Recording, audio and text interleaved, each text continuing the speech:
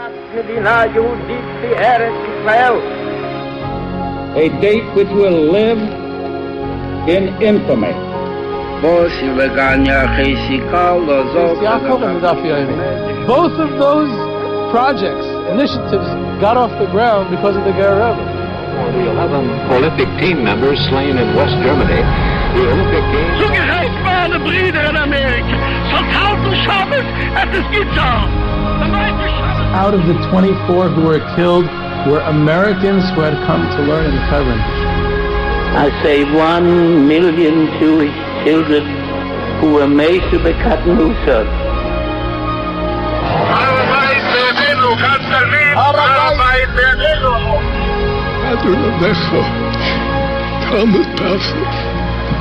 Whoever heard such beautiful words?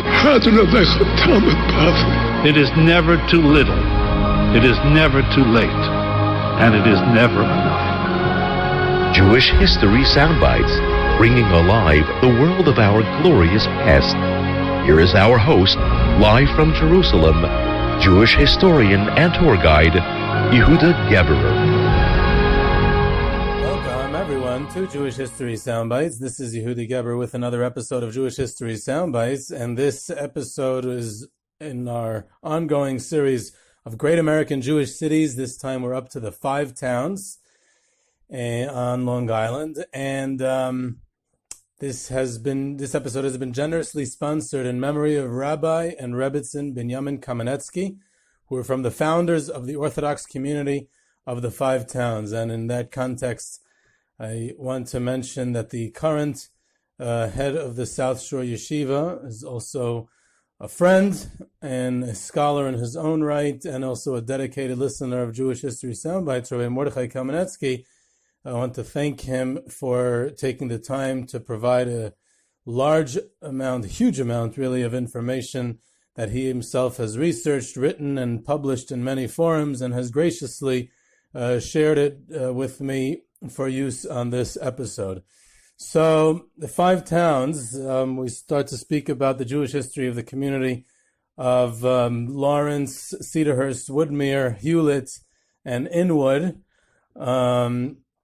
So, first of all, I have many personal family connections there. I didn't grow up there, but I almost kind of grew up there. I had so many relatives who were there that I was there quite often. My grandparents and many other relatives. My father grew up in Hewlett and went to Hewlett High School, where Donna Karen of DKNY was in his class in Hewlett High.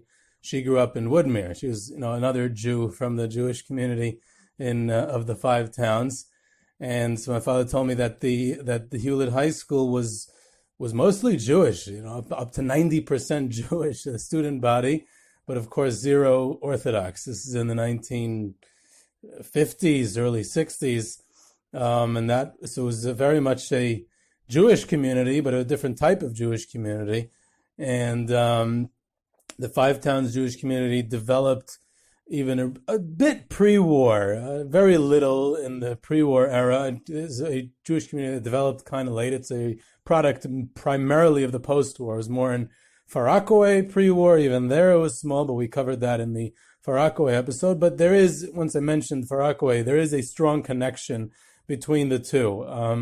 The 5 towns being on the border of Nassau County, the border of New York City and Nassau County, so there was, the connection between Far Rockaway and that edge of Queens to the 5 towns and to the development of the Jewish community there. In the early years, people would have to trek across to Far Rockaway for a Jewish school, for a Jewish shul, for a mikveh, for those things, and the spillover eventually reached Lawrence and developed the 5 towns. So it is somewhat of a product of the Jewish community of Far Rockaway that shifted over, but also in general of New York City. The post-war moved to the suburbs, to Long Island, along with northern New Jersey and Westchester.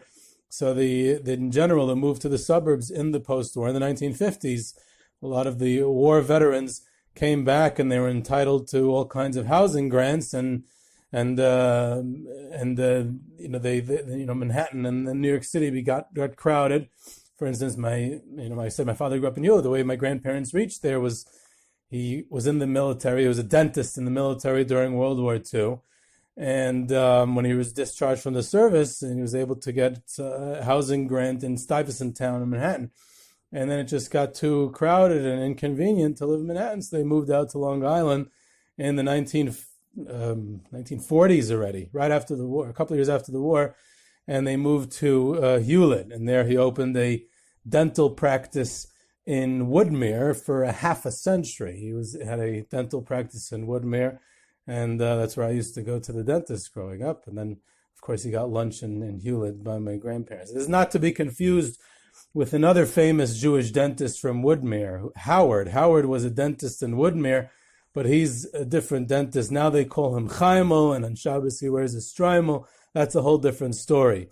So I grew up eating on Central Avenue in Cedarhurst, which is one of the most important parts of the Jewish community in the Five Towns, is the food on Central Avenue. Chosen Island, which apparently is still around, and we used to go to Zamek's Bakery and a million other eateries that from then and from now and from in between. I had several other prominent family members who are from the architects of the Jewish community in the Five Towns, the Maidenbaum family. My uncle Nat Maidenbaum was one of the builders. He was one of the earliest Orthodox Jewish families. His father, Gedalia Maidenbaum, and then Nat and Esther Maidenbaum. They were from the builders of the early Shuls and came there in the early 1950s already. They were out in Lawrence, and had another great aunt and uncle in Lawrence who were one of the early members of Beth Shalom. The Maidenbaums were architects of Jewish life there, and they continue their children today, and Shalom and Iris Maidenbaum in the Five Towns till today. And other ones involved in David Schreiber is one of the ones involved in building the first mikveh in the Five Towns, and David and Dasi Schreiber are still prominent members of the Five Towns Jewish community. So in all sides, in all the early building and the history of the Five Towns, I got to hear much of it firsthand, which was very exciting to be able to have that participation. And then, so the development of the Five Towns Jewish community and the Orthodox Jewish community, there's specific institutions along with the personalities associated with them, and other personalities, and that we'll try to cover as much as we can. I believe, like it's been in the past few cities, that we'll have to go to two parts. Lately, we've been getting more and more information as we're going deeper into this series on Jewish cities. So I assume that we'll check the time as we go along, but I assume that we'll have to split this into two parts. And of course, if we do so, then part 2 is available for sponsorship. So please be in touch with me as far as sponsorship for part 2 of the Five Towns episode, as well as sponsorship for any other episodes and the like. So we have in the, of course, I also get to see the contemporary also in the Five Towns, the legendary Lawrence residents, the Aber family, Nochum Aber and his son Yaakov Aber, who's a dear friend. So I was hosted by them and several visits to the Five Towns. So we get to see contemporary Jewish life, one of the few places in America that I'm actually familiar with in the contemporary sense, not only by researching the history. And my also dear friend and fellow researcher and Mishpacha columnist, Davi Safir, also in Lawrence today. So between those two people, I get to have a very good feel of contemporary Jewish life in the Five Towns as well. So we're really going through history up down to the present time with this one. In the pre-war era, it was a very waspy, non-Jewish, very suburban atmosphere. Some historic American institutions were there, the Inwood Country Club, which I'll get to, and the Rockaway Country Club, which I'll get to. So, you talk about the Five Towns, we usually try to mention connections to sports in these cities episodes. So the Five Towns, of course, the sports aren't baseball. That's for the masses. Here we're talking about golf, polo, horse racing, the sports in the five towns are obviously tennis on a different level. In 1923, there was an incident with the Ku Klux Klan in Cedarhurst. It was a Thanksgiving Day ceremony with veterans, war veterans, a couple of years after World War I. And there was a rabbi from Far Rockaway, from Temple Israel in Far Rockaway, Rabbi Isaac Landman, who was participating in the ceremony. And the Ku Klux Klan wanted to lay a wreath of flowers by the base of this monument. And there was a whole outbreak, and people tried to remove it, and it became a whole brawl and a fight. And this rabbi tried to, in his speech, tried to, explain what the democratic principles of the United States. So, person's background and their origins shouldn't make a difference, and everyone has should have their freedom and freedom of expression in America. So, again, that's the early years are expressing that distance, essentially, of the Jewish community from that area. Though, interestingly enough, there's a German Jew named Maximilian Morgenthau, who was the uncle of the famous Treasury Secretary Henry Morgenthau Jr., and during the Roosevelt administration became famous because of his attempts at rescue activities of Jews during the war years. And so his uncle, Maximilian Morgenthau, with a group of German Jewish real estate investors, were the early developers of Woodmere. This is at a time when it was a very waspy area, and the Rockaway Country Club was no Jews allowed. And here they're the ones who develop the area and build up the real estate and hire architects to put up all these, the original homes. And so that's the situation in the pre-war. Like I said, it was the home. Inwood had the famous Inwood Country Club, which was the site of the 1921 PGA Golf Championship, and 2 years later, 1923, the U.S. Open, which Bobby Jones, who was a famous golfer and one of the founders of the other famous Augusta National Golf Club down in Savannah. So Bobby Jones won an impressive title in the U.S. Open at the time. Cedarhurst, so its early name was Ocean Point, and rail service arrived in 1869, which led people to the area, and the development of rail connecting it to New York City really developed the five towns, first as a vacation resort and later as all year rounds, and especially which to the Rockaway Hunting Club, which was built in Cedarhurst in 1878. So then eventually it's renamed from Ocean Point to Cedarhurst. And this Rockaway Hunting Club, which is the oldest country club in the United States. It wasn't a country club originally. It was originally for fox hunting and horse racing, and very waspy, very American elite, old school money. And they built the members built the largest and most luxurious clubhouse on Long Island. And it overlooked the Reynolds Channel in Long Beach. It had a polo field and a horse racing course, and they did not allow entry to Jews. There was a no Jews policy, and that was accepted for many, many years, decades. And my father remembers it still when he grew up there. There was signs in some of the neighborhoods in that area at that time. Again, you're talking about in the early 1900s, no blacks or Jews. That was at a time when there was this discrimination, of course, strong American nationalist, where the minorities, like blacks or Jews, understood that they needed to fight for liberalism to get basic equal rights, which is also a piece of American Jewish history, which may have been forgotten. Now, for many years, the Central Avenue, the area's main business district, was considered it was like the Rodeo Drive of Long Island, like in LA. There was upscale shops and all kinds of fancy stores. As the Orthodox Jewish community grows, so the stores and the restaurants cater to the needs of the community. So the demographic changed. The streets businesses are closed on Shabbos, and the whole neighborhood changes. So when we go back to the turn of the 20th century, there was a trolley that went from Jamaica and Queens to Rockaway Turnpike, and then went down Lawrence Avenue through Inwood, and then turned towards Far Rockaway, and that was a 10-cent trolley that connected Queens to the 5 towns. So there's this dynamic change and development, the change in the neighborhood, the demographics, and eventually the religious orientation changes, and there's this socioeconomic mobility. It was always an upscale neighborhood. So the pre-war we're talking about where it's non-Jewish WASPs.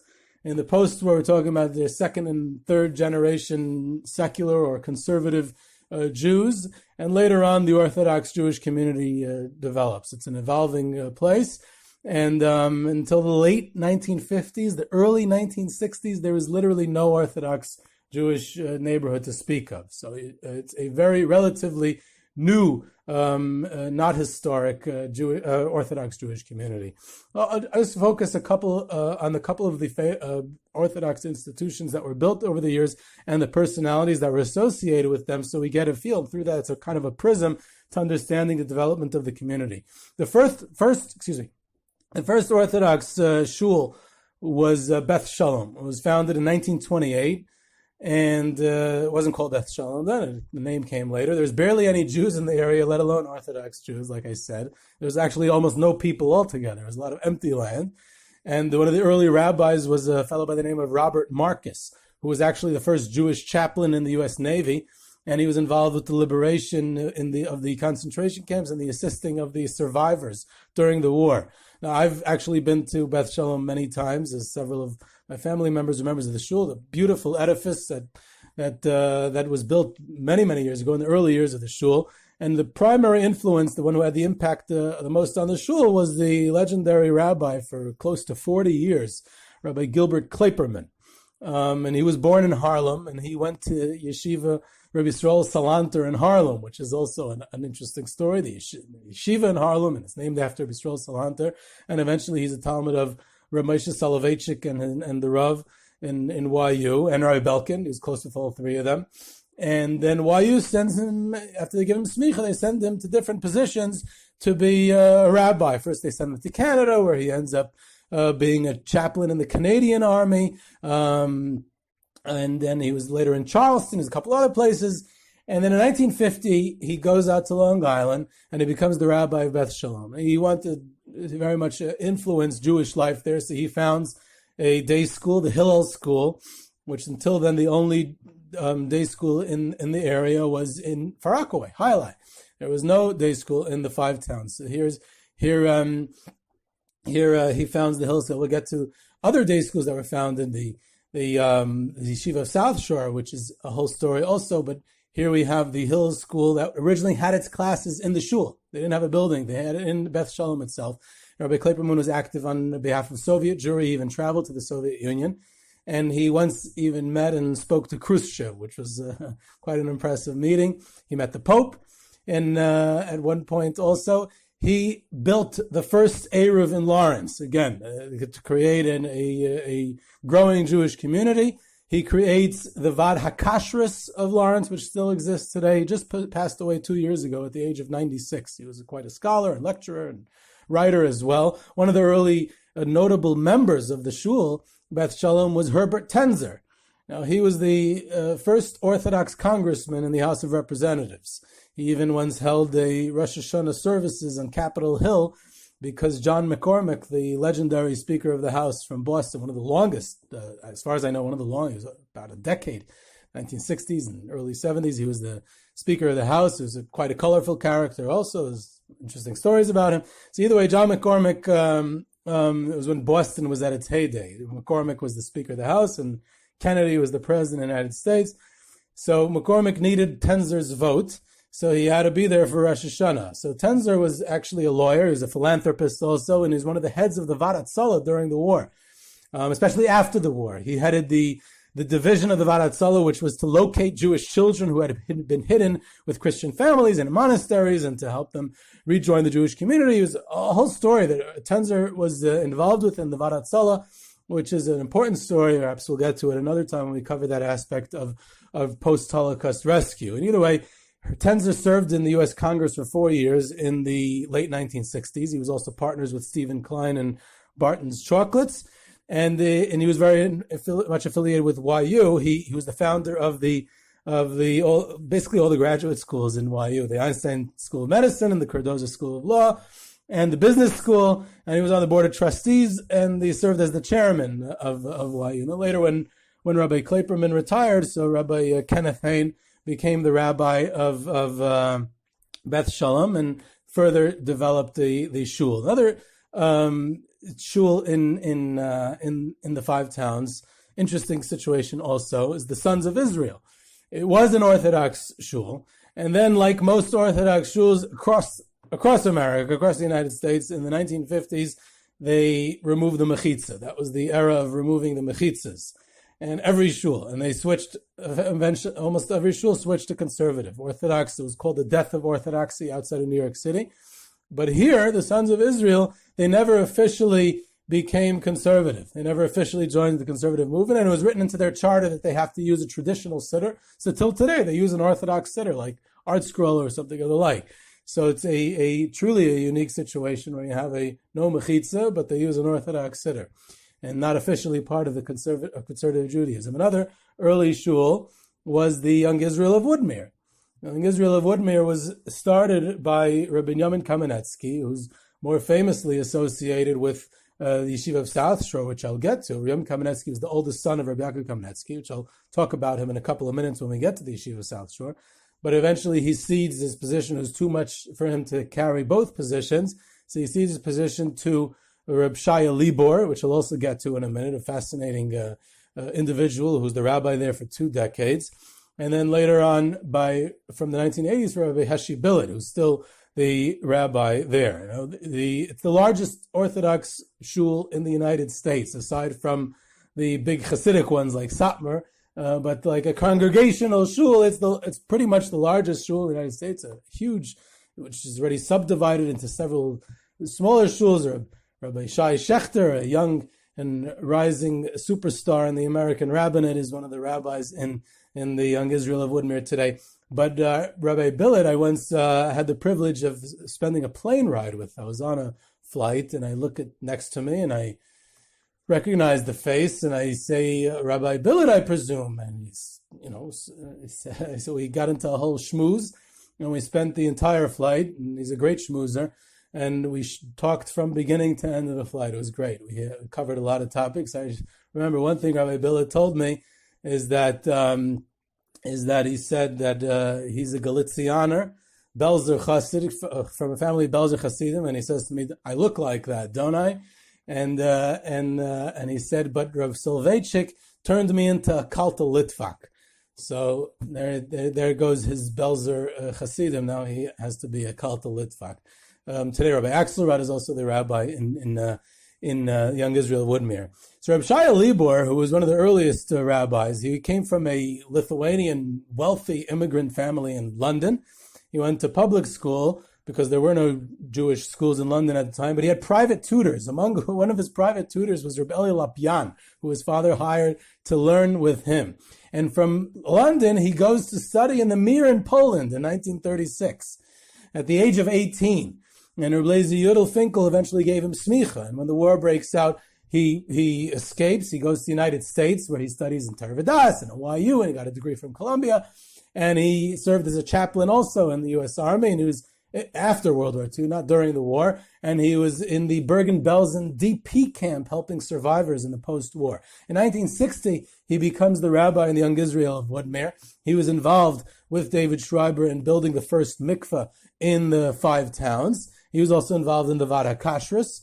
And when he retired, he was very modest and very simple, no airs about him. So when he retired, he came still daven at the Young Israel of Woodmere, and he would sit in the back like a commoner. He said, "I'm not the rabbi anymore. Rabbi Billet is the rabbi."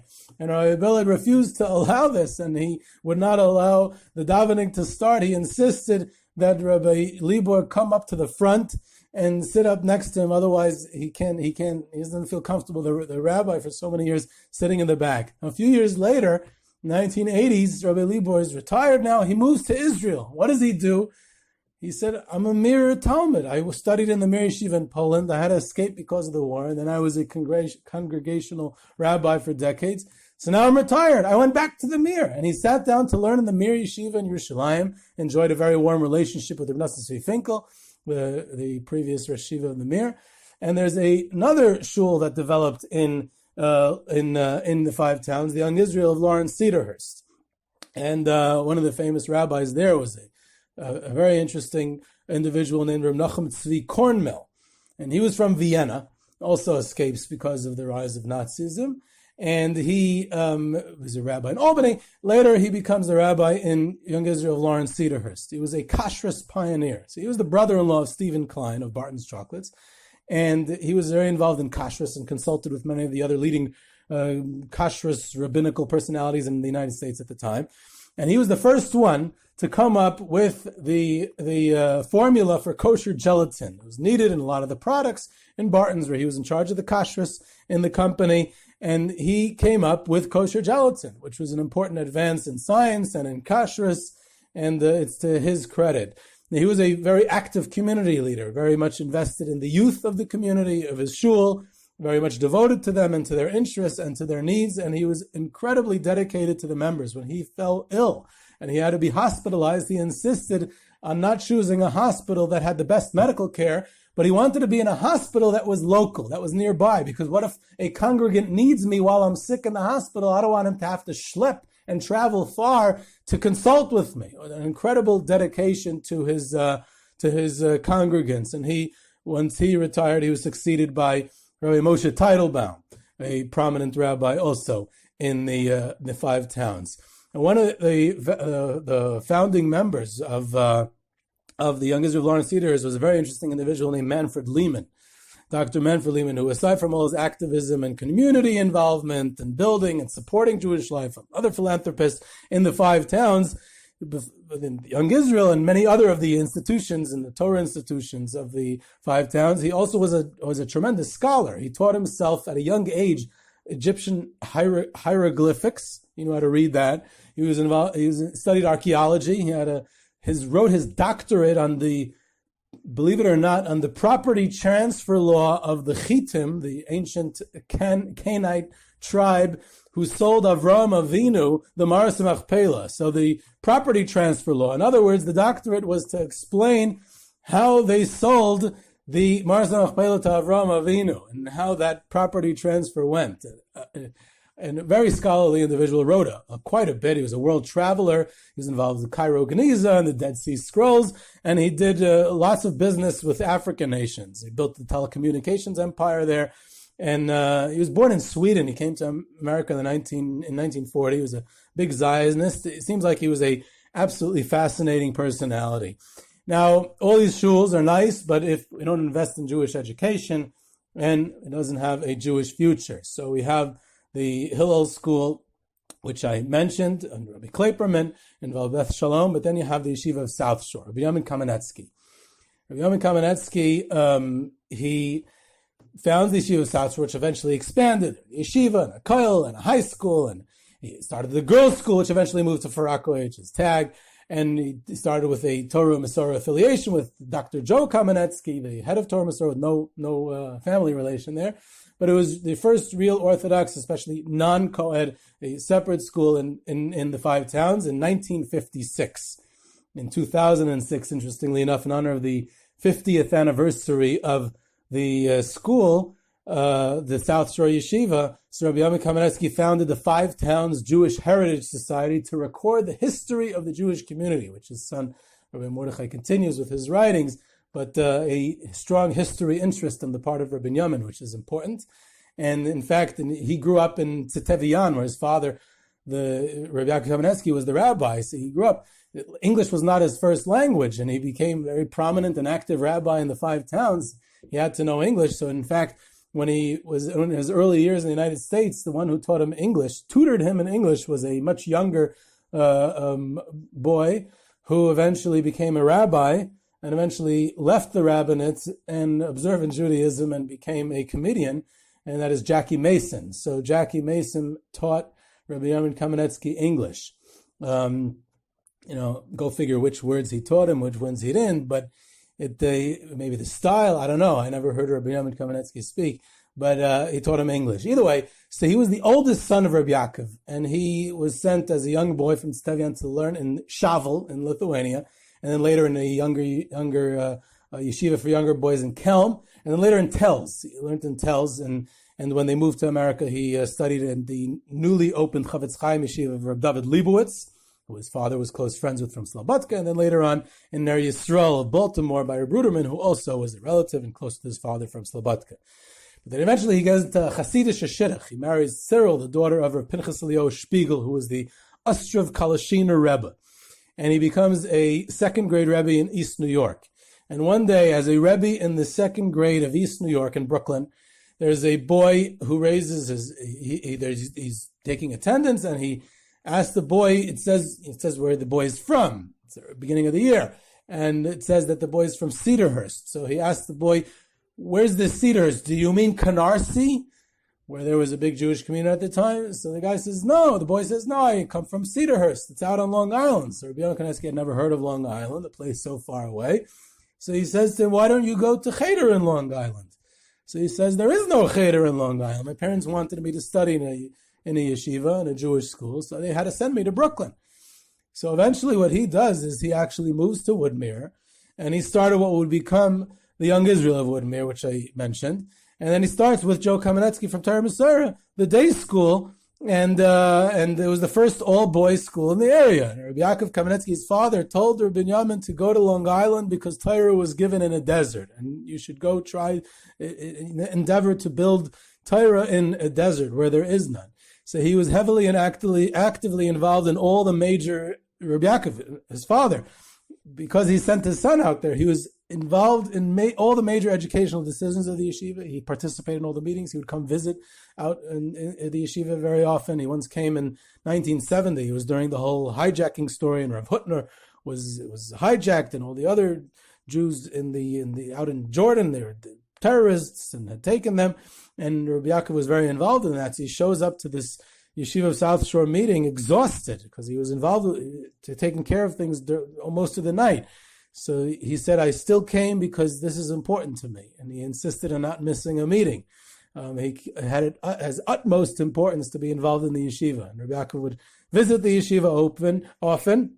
And Rabbi Binyamin Kamenetsky eventually opened the kindergarten. And Stephen Klein, as a philanthropist, offered an incentive to open a Orthodox kindergarten. So Rabbi Binyamin Kamenetsky did. And when in the kindergarten, Rabbi Yaakov, who inspected the kindergarten, when he visited, he noticed that they had the mezuzah very low on the doorposts. So Rabbi Yaakov said, why is the mezuzah low? It's lower than it's supposed to be. They said, we want the kids to be able to touch the mezuzah.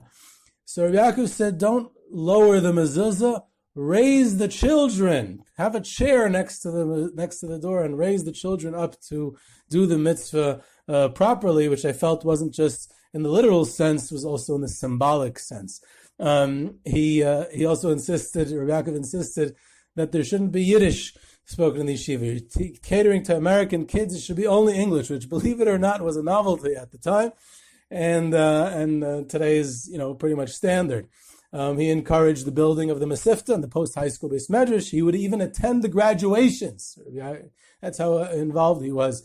So one of the spin-offs of the institutions of the Yeshiva of South Shore was the Yeshiva Gedolah of the 5 towns, which the Rosh Yeshiva, there's a cousin of my wife, Rav Moshe Katzenstein, so that became a prominent yeshiva as well.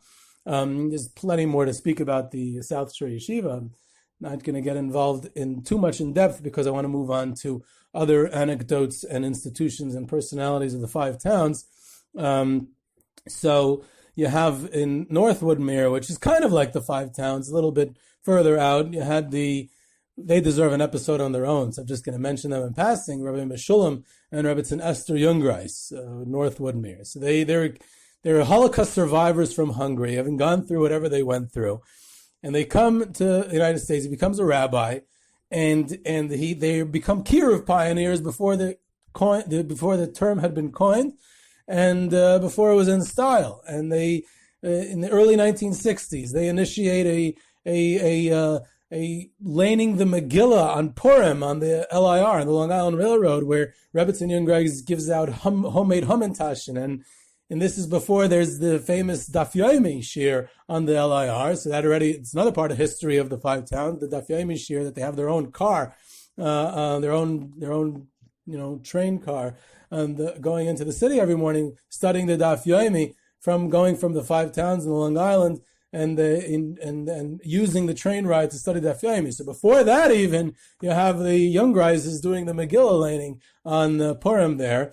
And in 1964, he opens the Or Torah Shul in North Woodmere. And later on, a decade later, they have the Hineni, which is the Kiruv organization, and very prominent individuals that perhaps we'll get to another time. There's another conservative temple in North Woodmere, the Temple Hillel, and it had historic distinction. That was the first shul, first Jewish synagogue that a president of the United States went to visit and speak at, since George Washington did in Newport, Rhode Island, in the Touro Synagogue. So Ronald Reagan in 1984 came to speak at the shul, and the rabbi of the shul was a fascinating individual named Rabbi Morris Friedman, who his son David Friedman is the ambassador to the state of Israel. So Rabbi Morris Friedman was unique in the fact that he encouraged the congregants to a conservative temple to a more observant Jewish lifestyle, and to send their kids to Orthodox Jewish day schools, to the South Shore, to send them to the Yeshiva of South Shore. He was very close to Rav Binyamin Kamenetsky. And during his prime, the Temple Hill had more than 1,000 members. So another educational yeshiva institution, like I said, was Hillel, which eventually in the 1970s merged with Hillel and became the Hafter Yeshiva, where Meir Scheinberg, who was a nephew of Reb Chaim Scheinberg, after the merger, he was the principal of the yeshiva. He just passed away recently during the coronavirus. And other yeshivas opened up, the RS and Helb, and you can really go on and on and on. I'll hopefully get to it more in part 2. One of the more interesting shuls that opened in the 5 towns in 1969 was the Stiebel, the Hasidic Stiebel of the 5 towns, Reb David Spiegel, who was the Ostrov Kalashina Rebbe of Cedarhurst. And he was the brother-in-law of Rav Binyamin Kamenetsky, who had married his sister, and he helped him establish the first Hasidic Stiebel there. And this Reb David Spiegel was born in the Bronx. He went to RJJ in the Philadelphia Yeshiva, and he went to Lakewood, and he's actually the Chazan, Yom Narayim, for many years in the Philly Yeshiva. But then he establishes this Hasidic Stiebel. It was the first Spudik in the 5 towns, the first time that a rabbi got up and spoke with lots of Yiddish expressions in his speeches and Divrei Torah. He made references to the Rosh Yeshiva, Reb Aaron Kotler. These were all novelties in the 5 towns, but perhaps the biggest novelty of his was that he would refer to God as the Rabbeinu Shalom. Most rabbis in the 5 towns referred to him as God or the Almighty. So the joke in the 5 towns, which I don't know how serious it was that with Rabbi Spiegel's move to the 5 towns, the Rabbeinu Shalom moved to the 5 towns also. But the truth is that most people who came to his Stiebel came for his wife's cholent, because it was the first Haimish Stiebel that had a weekly Kiddush. He also started the first Daf Yomi here in the young Israel of Woodmere.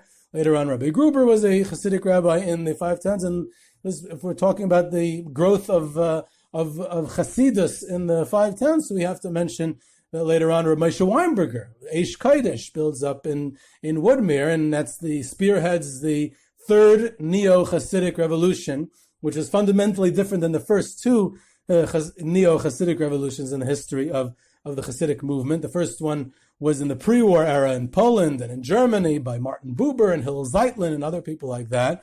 And the second one, which we really have to devote another episode to, the history of Neo-Hasidism. It's a very interesting and very relevant and timely topic, I believe, so hopefully we'll get to that. But the second Neo-Hasidic revolution was in the post-war in the 1960s, in the counterculture movement, Shlomo Carlebach and Zalman Schachter Shalomi and Arthur Green, and etc. So the third Neo-Hasidic revolution is very, very different from the first 2, and that's the titular head of that movement is Rav Moshe Weinberger, and its home base is in Woodmere, the Eish Kodesh Shul.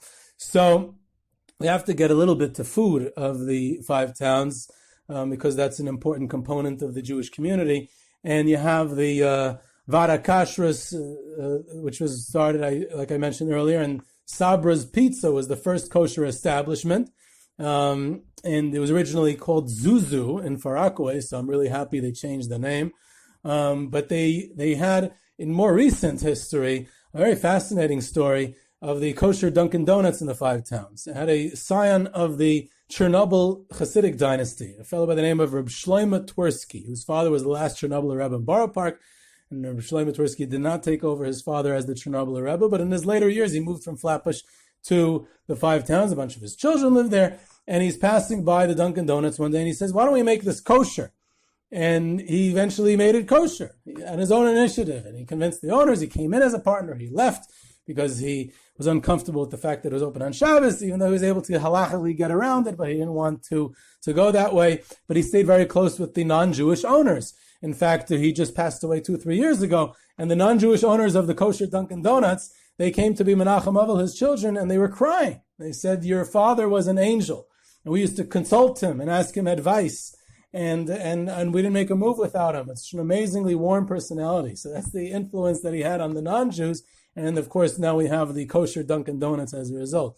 But the King David was an early kosher restaurant, the Chosen Island, which is still around, and then the kosher supermarkets, which became legendary, like Gourmet Glatt, and the fame and the variety of eateries on Central Avenue in that area of Cedarhurst and the Five Towns probably surpasses all the other institutions of importance in the Five Towns. There is some personalities of the Jews in the Five Towns was Morris Morgenstern, who was a philanthropist. He was one of the builders of Mere Brooklyn and many other Jewish causes. There was a Rabbi Yaakov Koslovsky, who was a Talmud of Rabbi Chaim Brisker and involved with the Slobodka office of New York at the time. He ran the Slobodka office. And then there was a fellow by the name of William Holtzman, who was known as Red Holtzman, who was the Jewish coach of the New York Knicks when Willis Reed during the heyday of the New York Knicks. And he was born in Brooklyn to immigrant Jewish parents, but he lived in Woodmere for many years. He served in the Navy during the war, and he's considered one of the greatest coaches in NBA history. And he won 613 games, right? The Jewish coach in New York wins 613 games of his career. And when they retired his jersey, as it were, so they have the number 613 on it in Madison Square Garden and hanging from the rafters. And I remember the one and only Siyum Hashaz that I ever attended in the Garden. So the backdrop to the podium where all the big rabbis were making the Siyum on the podium was this Jewish name, Holtzman, and the number 613. So I was thinking then as a child, wow, the Agudas Yisrael in America, they know how to arrange everything. They even make sure that the Knicks jerseys hanging above the rafters have a Jewish name and 613 on it. So we have other personalities who lived in the Five Towns, whereas Velvel Pasternak, who was the greatest writer of Jewish sheet music in history. Hasidic music, every genre of Jewish music. He was involved very much in the young Israel of Woodmere and the Stiebel in its early years, and he actually just passed away last year, recently. There's lots more, and we'll have to get to the rest of it in part 2. So be in touch with me about a sponsorship. And this is Yehuda Geber with Jewish History Soundbites. You can reach me at yehuda@yehudageber.com for questions, comments, sources, tours, trips, virtual tours, lectures, Zoom lectures, sponsorships, and subscribe to Jewish History Soundbites on Podbean. Follow us on Twitter at JSoundbites, and I hope you enjoyed.